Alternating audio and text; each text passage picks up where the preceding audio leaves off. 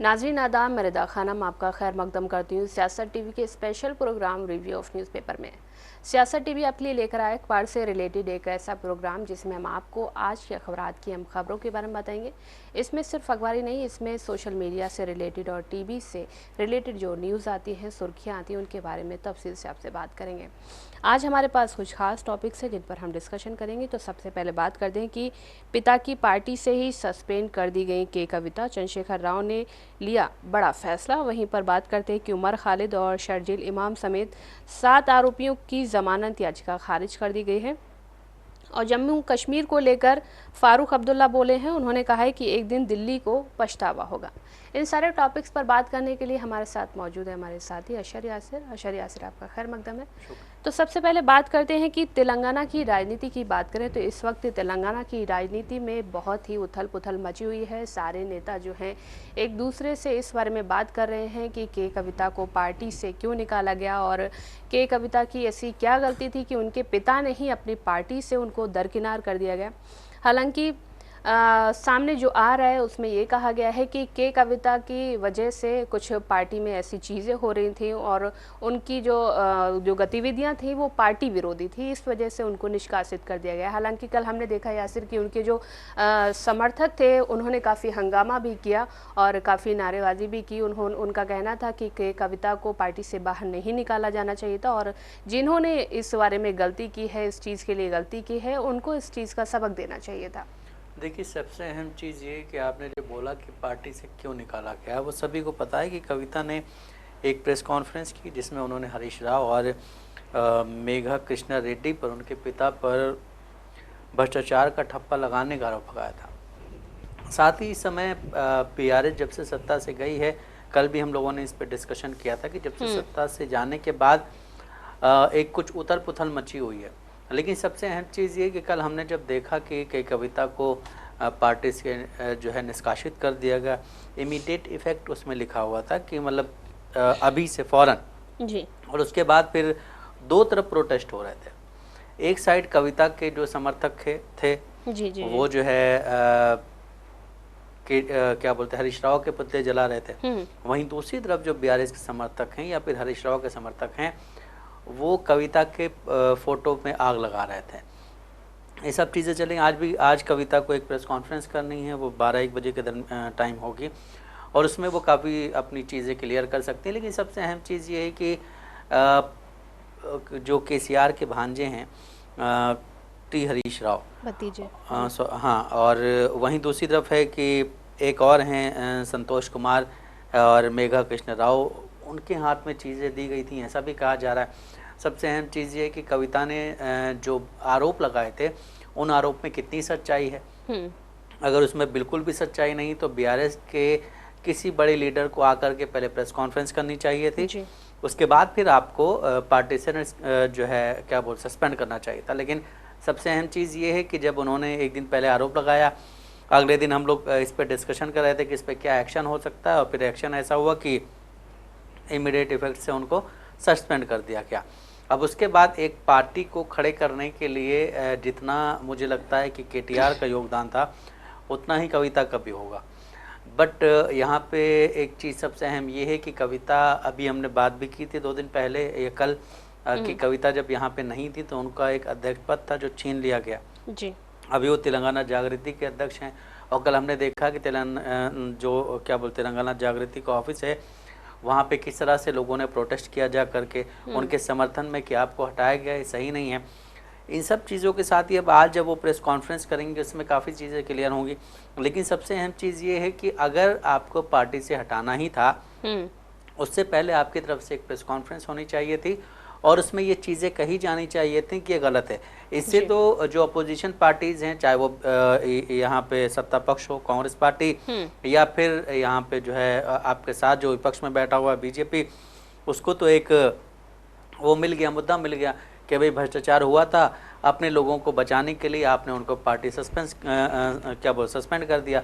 अभी कल ही हमने देखा किस तरह से जो वीडियो सामने आ रही थी, जो बयान सामने आ रहे थे बीजेपी के, उसमें यही सामने आ रहा था कि भाई अगर आपकी पार्टी के लोगों ने भ्रष्टाचार किया है और आपकी ही बेटी ने उस भ्रष्टाचार को उजागर किया है और आपने उनको ही निकाल दिया, जी। इससे आपकी पार्टी की छवि और ज़्यादा ख़राब हो रही है। यहाँ से लेकर के दिल्ली तक आपकी पार्टी की छवि ख़राब है, और कल और हो गई है। रीज़न ये है कि आपने बिना कुछ वो किए आपने निकाल दिया।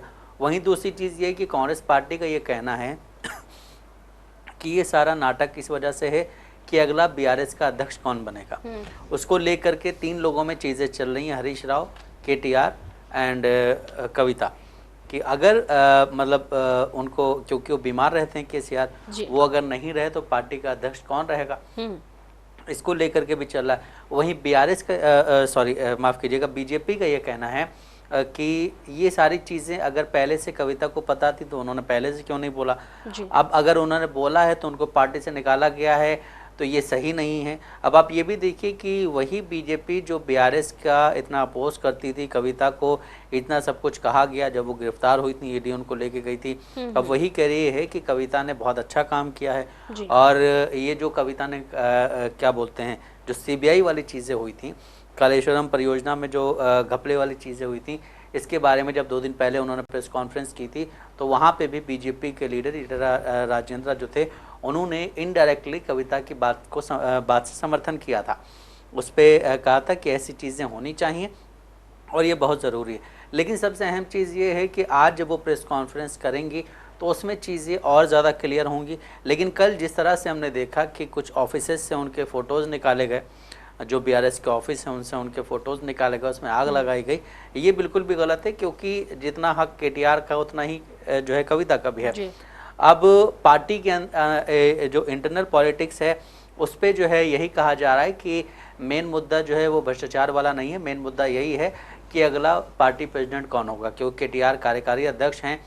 लेकिन अभी इन मामलों में हमने देखा केटीआर सामने नहीं आए हैं, ना हरीश राव सामने आए हैं। बाकी पार्टी के कार्यकर्ता जो हैं वो अपनी अपनी तरह से प्रोटेस्ट कर रहे हैं। जो कविता के समर्थन में क्या वो समर्थक हैं वो उनके समर्थन में प्रोटेस्ट कर रहे हैं, वो हरीश राव का पुतला जला रहे हैं। लेकिन जो उनके अगेंस्ट हो गए हैं, जो कि निकाल दिया गया, और ऐसे में जो छोटे छोटे लीडर्स होते हैं उनको एक क्या बोलते हैं, उनके लिए एक रास्ता साफ होता है कि हम जा कर के अच्छा प्रोटेस्ट करेंगे ताकि आगे चल के हमारे लिए आसानी पैदा हो। तो वही लोग बैठ के वहाँ पे फ़ोटोज़ जला रहे हैं कविता के।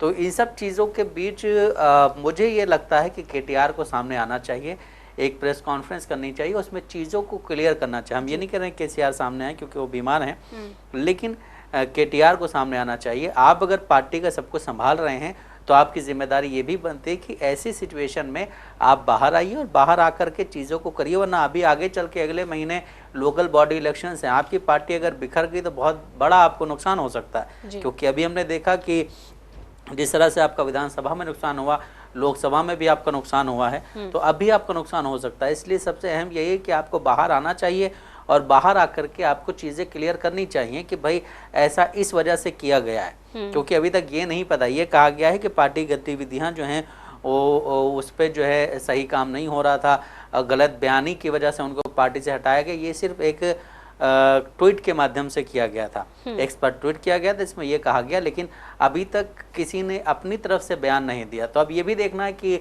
बीआरएस पार्टी की तरफ से क्या बयान सामने आते हैं, और जो बड़े लीडर्स हैं उनके, खासकर जिस तरह हम बात करें केटीआर के या फिर हरीश राव के, और फिर आज जो प्रेस कॉन्फ्रेंस करने वाली हैं कविता, उसमें वो क्या क्या चीज़ें और सामने लाती हैं जिससे कहीं ना कहीं बीआरएस के लिए मुश्किलें जो अगला चुनाव है या लोकल बॉडी इलेक्शंस उसमें कितनी बढ़ सकती हैं। जी, हालांकि जब से कल उनको सस्पेंड किया गया है तब से हमने देखा है कि जो विपक्षी पार्टियां हैं, भाजपा और कांग्रेस, उनका यही कहना है कि ये कुछ भी नहीं है, बस एक सिर्फ नाटक है।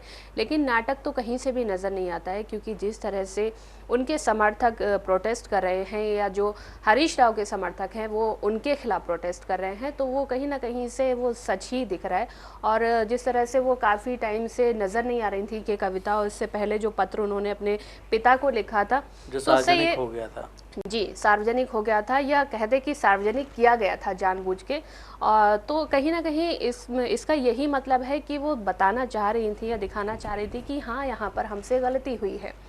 लेकिन वहीं पर जो दूसरे जो विपक्षी पार्टियां हैं उनका यही कहना है, जैसे हमने पहले बताया, कि वो नाटक कर रहे हैं। लेकिन वहीं पर इस चीज़ को जो है दूसरे जो पड़ोसी तेलुगु राज्य है उससे जोड़ के देखा जा रहा है, जहाँ पर भाई बहन में जो झगड़ा हुआ था वो अलग हुए थे, जिसकी हम बात कर रहे हैं वाई शर्मिला और जगन मोहन रेड्डी, उनसे भी जोड़ के देखा जा रहा है। देखिए, वाई शर्मिला जगन मोहन रेड्डी का मामला अलग है। जगन मोहन रेड्डी चीफ मिनिस्टर रह चुके हैं। वाई शर्मिला जो है, पहले हमने देखा कि केसीआर के साथ थी जब उन्होंने पदयात्रा निकाली थी, उसके बाद उन्होंने अपनी पार्टी शुरू की, वहाँ पे कुछ नहीं हुआ तो फिर जाकर के कांग्रेस में उन्होंने अपनी पार्टी मर्ज कर दी। हालांकि उससे ज़्यादा फायदा तो नहीं हुआ इस इलेक्शन में, लेकिन ये कहा जा रहा है, इंटरनल सूत्र जो हैं उनकी तरफ से, जो राजनीतिक पंडित कहे जाते हैं, कि अगले चुनाव में उसका फ़ायदा ज़रूर होगा आंध्र प्रदेश में जब विधानसभा चुनाव होंगे।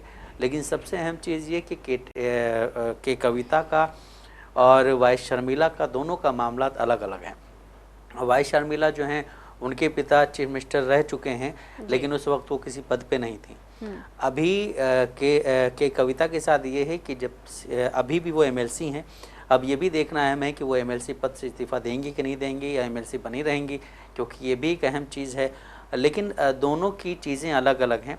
एक के भाई एक पार्टी चला रहे हैं और उनकी माता जी उनके साथ हैं, लेकिन यहाँ पे सारी फैमिली जो है वो क्या बोलते हैं, केटीआर के साथ थी, केसीआर के साथ ही सारी फैमिली, लेकिन यहाँ पे ही अकेली पड़ गई हैं। अब ये भी देखना अहम होगा कि आज की, देखिए, जो अभी जो आपने बोला वो सारी चीज़ें ठीक हैं, लेकिन आज जो कविता प्रेस कॉन्फ्रेंस करेंगी उसमें बहुत सारी चीज़ें क्लियर हो सकती हैं, और क्या क्या वो इल्ज़ामात लगाएंगी, क्या वो एमएलसी पद से इस्तीफ़ा देंगी, ये भी एक अहम चीज़ है। तेलंगाना जागृति के वो अध्यक्ष हैं, अध्यक्ष बनी रहेंगी कि नहीं, काफ़ी सारे सवाल हैं, जिसका आज अगर प्रेस कॉन्फ्रेंस उन्होंने की और उसमें उन्होंने जिस वे में परसों बात की थी 2 दिन पहले, उसी वे में अगर बात की तो हमें लगता है कि सारी चीज़ें क्लियर हो सकती हैं।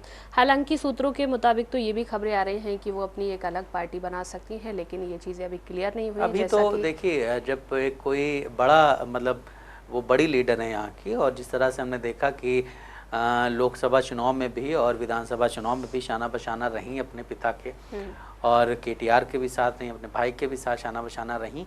उसके बाद फिर ये भी देखा गया कि इतनी जल्दी कुछ भी निष्कर्ष निकालना ठीक नहीं होगा जब तक उनकी तरफ से कोई बयान सामने ना आ जाए। अब इंटरनल क्या चीज़ें चल रही, ये तो मीडिया में चीज़ें आ गई हैं कि उनको पार्टी से निष्कासित कर दिया गया, सस्पेंड कर दिया गया, लेकिन इंटरनल चीज़ें क्या हैं वो अभी किसी को नहीं पता। वो सिर्फ, मुझे नहीं लगता कि बीआरएस के भी सारे लीडर्स को पता होंगी, क्योंकि एक बड़ा भूचाल टाइप कल आया था। हालांकि बिल्कुल इसकी शुरुआत परसों हुई थी, 2 दिन पहले जब कविता ने प्रेस कॉन्फ्रेंस की थी, लेकिन इसका जो रिजल्ट था वो कल आया था कि उनको पार्टी से सस्पेंड कर दिया गया। लेकिन आज बहुत सारी चीज़ें क्लियर हो सकती, तो इसलिए आज का थोड़ा सा अगर इंतज़ार करें और इनकी प्रेस कॉन्फ्रेंस का भी इंतज़ार करो, जिस तरह हमने बात की पहले भी कि बीआरएस की तरफ से किसी बड़े लीडर को, चाहे वो हरीश राव हो या केटीआर हो या फिर और जो उसमें बड़े लीडर्स हैं, उनकी एक अगर प्रेस कॉन्फ्रेंस होगी तो शायद चीज़ें क्लियर हों। उसके बाद अगर वो एमएलसी पद से इस्तीफ़ा देती हैं, अपनी पार्टी बनाती हैं, उनके साथ कितने लोग जाते हैं बीआरएस के,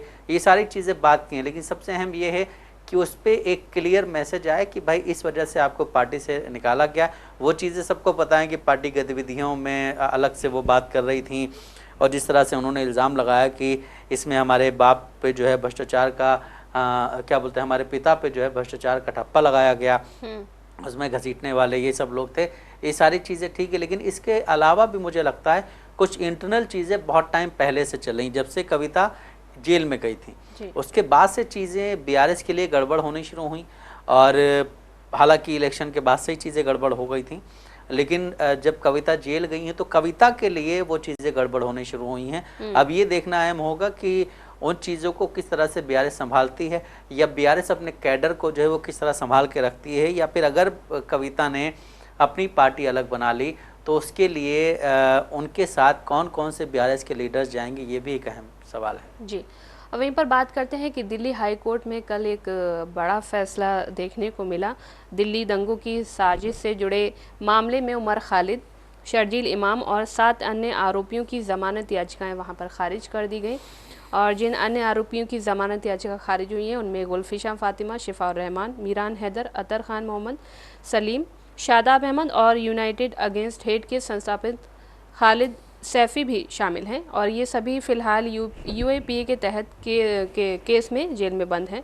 और वहीं पर कहा जा रहा है कि जिस तरह से कल इनकी याचिकाएं खारिज करी गई हैं तो लोगों की आवाज़ें उठने लगी। उन्होंने कहा कि अभी तो इन पर जो इल्ज़ाम आयद किए गए थे, इल्ज़ाम लगाए गए थे, वो अभी पूरी तरह से प्रूफ नहीं हो पाए हैं, लेकिन अभी भी इनको बार बार जो है ट्रायल किया जा रहा है, ट्रायल दिया जा रहा है। लेकिन जिनके जो है प्रूफ साबित हो गए हैं, जिनकी जो उन्होंने क्राइम किए थे वो साबित हो चुके हैं, लेकिन उनको बार बार जेल से निकाला जा रहा है, ज़मानत दी जा रही है। और उसमें गुरमीत राम रहीम का भी नाम सामने आया था और आसाराम बापू का भी नाम सामने आया था।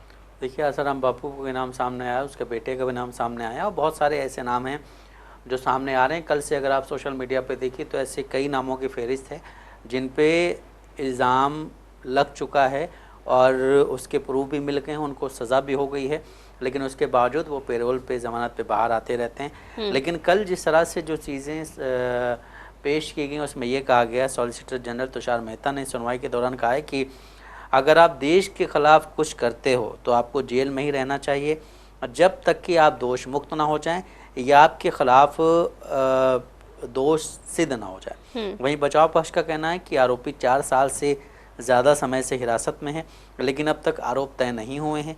वरिष्ठ अधिवक्ता ने जो कि उमर खालिद का पक्ष रख रहे हैं, उन्होंने कहा है कि व्हाट्सएप ग्रुप में मौजूद रहना अपराध नहीं हो सकता है। उन्होंने ये भी कहा है कि खालिद से कोई बरामदगी नहीं हुई और अभियोजन पक्ष द्वारा जिस मीटिंग को गुप्त बताया जा रहा है वो वैसी नहीं थी। वहीं साथ ही शजील इमाम के वकील ने कहा है कि तालिम मुस्तफ़ा जो उनके वकील, उन्होंने कहा है कि इमाम का इस साजिश से कोई लेना देना नहीं है। उन्होंने कहा है कि पुलिस सिर्फ एक भाषण का हवाला दे रही जो उन्होंने 2020 में बिहार में दिया था।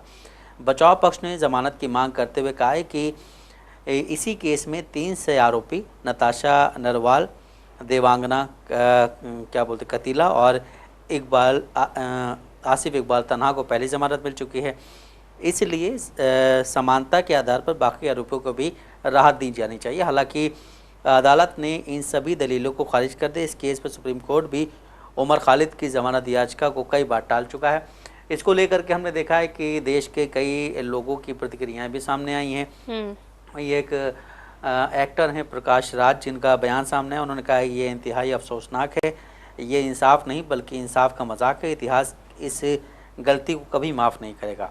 हमें जुल्म के ख़िलाफ़ लड़ाई जारी रखनी होगी और उमर खालिद और तमाम सियासी कैदियों के साथ खड़ा होना होगा। सबसे अहम चीज़ ये है कि जिस तरह से हम लोग कल बात कर रहे थे कि आज शायद फ़ैसला आएगा, आज शायद फ़ैसला आएगा, लेकिन इन याचिकाओं को हमेशा से खारिज किया जा रहा है। और जिस तरह से सॉलिसिटर जनरल का जो बयान सामने है, उन्होंने कहा है कि अगर आप देश के ख़िलाफ़ कुछ करते हैं तो आपको जेल में ही रहना होगा। देश के ख़िलाफ़ क्या किया था? हालांकि यहाँ पे अगर देखा जाए तो बहुत से बड़े लोग ऐसे हैं जो देश के ख़िलाफ़ बहुत कुछ बोल चुके हैं, लेकिन उनके ख़िलाफ़ कुछ नहीं होता है। सबसे अहम चीज़ ये कि जिस तरह से कुछ लीडर्स का ये भी कहना है, अपोजिशन का कहना है कि यहाँ पे चीज़ें जो हैं वो धर्म के आधार पे हो रही हैं, नाम के आधार पे हो रही हैं, और नाम से आपको धर्म नज़र आ जाता है सभी का, तो उस आधार पे हो रही, तो उसका भी एक मतलब कहीं ना कहीं देश की अदालत पे एक ऐसा वो लग रहा है, इल्ज़ामात लगाए जा रहे हैं विपक्ष की ओर से, या बहुत सारे लोग ऐसे हैं जो इस तरह के इल्ज़ामात लगा रहे हैं कि आप एक ऐसी चीज़ में आप ज़मानत नहीं दे रहे हैं जिसका अभी दोष सिद्ध नहीं हुआ है। उसको सिर्फ आप एक बयान देख रहे हैं, जो बयान भी पूरा नहीं दिखाया जा रहा है, उस आधार पे आपने उन्हें बंद कर जेल में रखा हुआ है। लेकिन बहुत सारे लोग ऐसे भी देश में घूम रहे हैं जिन पे इल्ज़ाम साबित हो चुका है, उसके बाद वो छोड़े जाते हैं। जा कर के वो जब कहीं इलेक्शंस होते हैं तो वहाँ जा के वो उस पार्टी के लिए समर्थन करने की बात करते हैं जो पार्टी इस वक्त सत्ता में है। बयान तो यासिर कपिल मिश्रा के भी थे, अनुराग ठाकुर के भी थे, बयान जो है प्रवेश वर्मा के भी थे, बयान जो हैं वो नीतीश राणे के भी हैं, बयान जो हैं वो गिरिराज सिंह के भी हैं, बयान योगी आदित्यनाथ के भी हैं, बयान देश के प्रधानमंत्री नरेंद्र मोदी के भी हैं, बयान देश के गृह मंत्री अमित शाह के भी हैं। लेकिन उन पे कोई इल्ज़ाम नहीं लगाया जाएगा क्योंकि वो ऊपर एक पार्टी से जुड़े हुए हैं और एक वरिष्ठ नेता हैं। लेकिन यहाँ पे अगर कोई आम इंसान और पढ़ा लिखा इंसान अगर ऐसी बात करता है तो उसको एक तो वैसे भी हम हमेशा बात करते हैं कि हिंदुस्तान में शिक्षा का जो एक अधिकार है लोगों से, वो छीनने की कोशिश की जा रही है। आप अगर शिक्षा के लिए अभी आप देखिए कई सारे ऐसे पेपर्स हैं जो लीक हो जाते हैं, लेकिन लीक करने वालों पे कोई कार्रवाई नहीं होती, लेकिन उसी के खिलाफ अगर आप प्रोटेस्ट कर रहे होते तो आप पे लाठी डंडे चलाए जाते हैं। पुलिस आंसू गैस का यूज़ करती है, पुलिस पानी के बौछार करती है, हाथ तोड़ देती है आपके।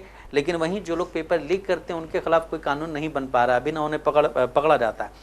अब यही लोग, ये सारे एजुकेटेड लोग हैं और इनको जो है ये उस तरह की बात कर रहे थे कि हम हिंदुस्तानी होकर के, देखिए जो बयान सामने आया था उसका जो निष्कर्ष निकला उसमें कोई भी ऐसी बात नहीं कही गई थी जो देशद्रोही मतलब देश विरोधी हो, ठीक है। लेकिन इस वक्त जो सरकार है उसने देशद्रोही बना दिया इन लोगों को, और कहीं ना कहीं अदालत भी पूरा सपोर्ट कर रही है।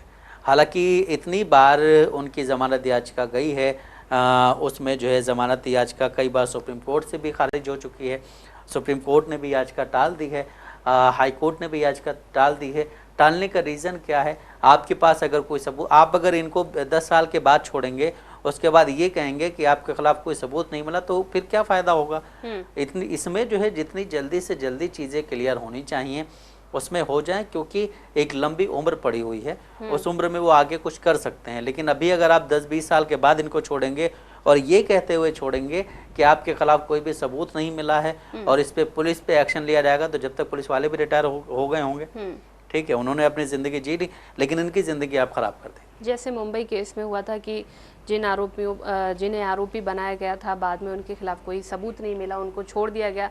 लेकिन उसके बाद अभी हम देखें कि इन लोगों का जो मसला चल रहा है, बिना ट्रायल के इनको बार बार जो है जेल की सज़ा भुगतनी पड़ रही है। और वहीं पर जो देश विरोधी जिन्होंने गतिविधियां की थी, नारे लगाए थे कि देश के गद्दारों को गोली मारो, इस तरह से जो नारे लगाए थे, वो अभी भी बाहर घूम रहे हैं और एक पार्टी से जुड़ गए और वो अभी कानून मंत्री बने हुए बैठे हुए। बिल्कुल इस तरह के, देखिए वही हम कह रहे हैं कि इस तरह अभी जो आम जनता जो है या अपोजिशन जो है उसका जो ये कहना है कि हमारी जो अदलिया है वो कहीं ना कहीं हल्का सा दबाव है, और उसको अपोजिशन हमेशा से कह रहा है कि हल्का सा दबाव है। अभी जो इंडिया गठबंधन की तरफ से क्या बोलते हैं वाइस प्रेसिडेंट के लिए जो नॉमिनेट किए गए बी सुदर्शन रेड्डी, उन्होंने अपने बयान में तेलंगाना जब आए थे उन्होंने यही कहा था कि हमारा मकसद ये कि अगर हम जीत करके आते हैं वीपी के लिए तो हम सबसे पहले उस माइंड को चेंज करेंगे कि ऐसा कुछ नहीं है, और जो चीज़ें सही होनी चाहिए